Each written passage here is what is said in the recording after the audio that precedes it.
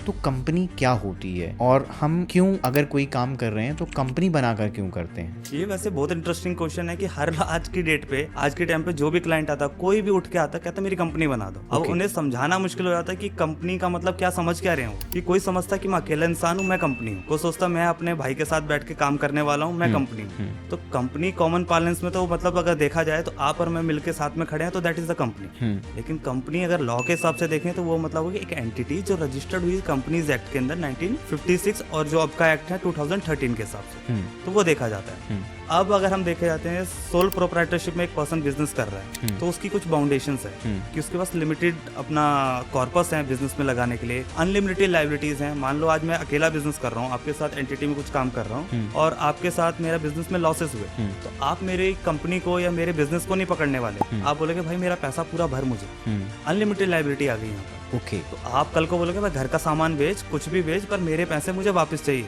वहीं अगर मैं कंपनी खोलता हूँ कि कंपनी अपने आप में एक सेपरेट लीगल एंटिटी बन जाती है। ओके। तो अब कंपनी किसी के साथ बिजनेस कर रही है, एग्रीमेंट उसके नाम से होने हैं, बैंक अकाउंट उनके नाम से होना है, पैन कार्ड उसके नाम पे आना है। तो जो भी अगर कुछ चीज है कल को आपको पर्सनली रिकवरी भी करनी है, आप मेरे से नहीं करोगे, आप उस कंपनी से करोगे।